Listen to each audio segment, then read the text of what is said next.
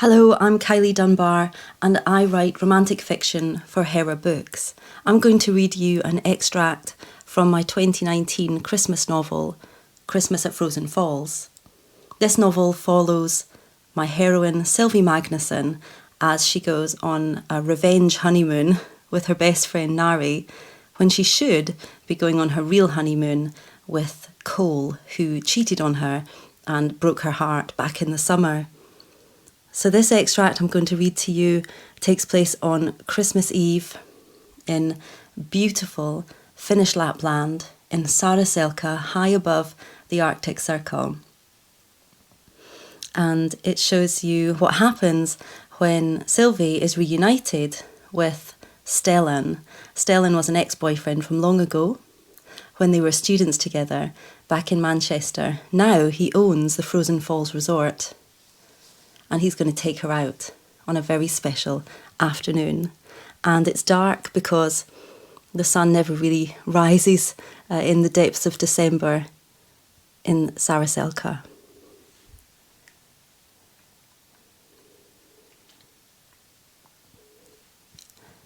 I'm waiting on the steps of my cabin in the resort-issue black snowsuit, and so many layers, there's no way the cold can get through today.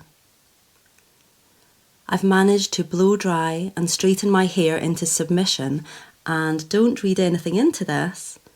I've borrowed Nari's pretty white snood and red lipstick.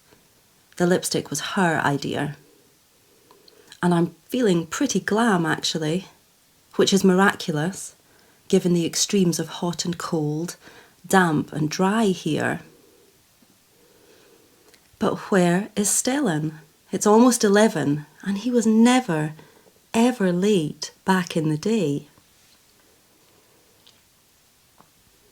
It hasn't really gotten light today. Everything is a gorgeous, lowering blue, and the sky is obscured by heavy snow clouds and swirling flurries of flakes. I've seen snowstorms in England before, but they're nothing like this dark, brooding wildness. Even the bad weather in this place feels strange and wonderful. I cock my head and peer through the snowflakes. I'm pretty sure I can hear a jingling, tinkling sound carried on the wind. It puts me in mind of the bells on the airport elves' hats, and for some reason I find myself thinking about my school kids back home and how excited they'll be today, even though a belief in Father Christmas is just something they humour their mother's wistfulness with. I smile at the thought of my 4 little nephews too. They span the ages of 5 to 9.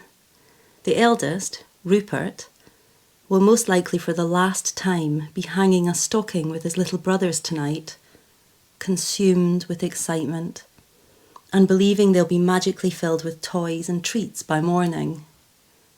They'll all be searching the skies, looking for a sign that Santa's coming, and leaving out mince pies or milk and cookies, hoping against hope they're on the nice list.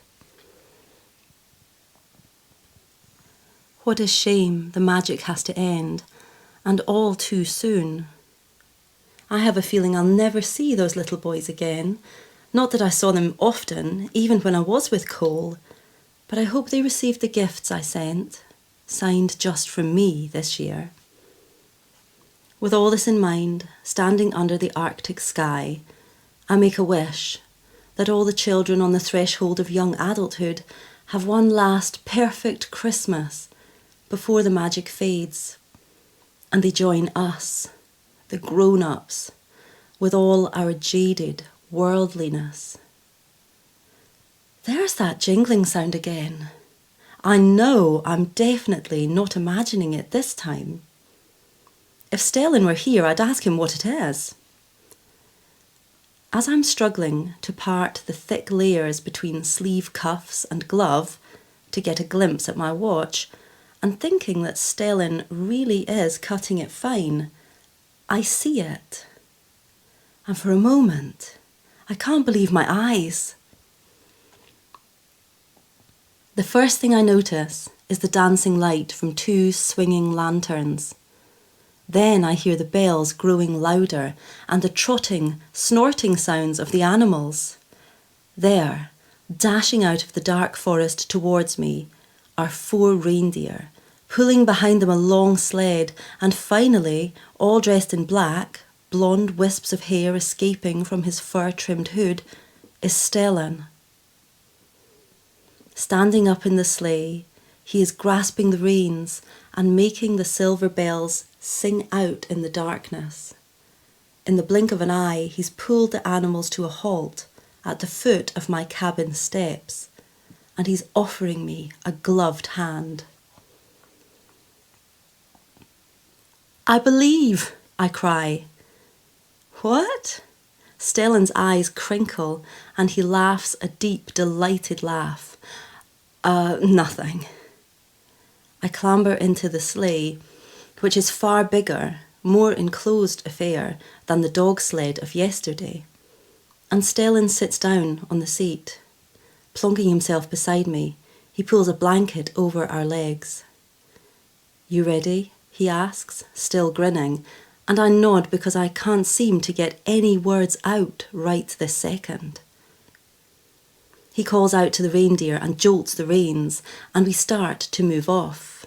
And for a millisecond, I let myself be taken by the fancy that the reindeer's hooves are silently treading air and the sleigh is lifting off the ground. Why not, I ask you? This is a place where the sky turns to green and gold, rippling, liquid fluorescence at night, and where the sun doesn't rise for days in the depths of winter.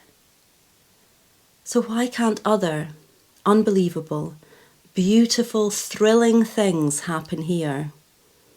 Why the hell not a reindeer-led sleigh dashing across an indigo sky? As we fly, Stellan reaches an arm around my shoulder, stopping just before his hand makes contact with my arm to ask, "Is this all right?" When I tell him it is, he pulls me close and I lean into him, letting Christmas Eve and the warmth of this man so close to me work their magic.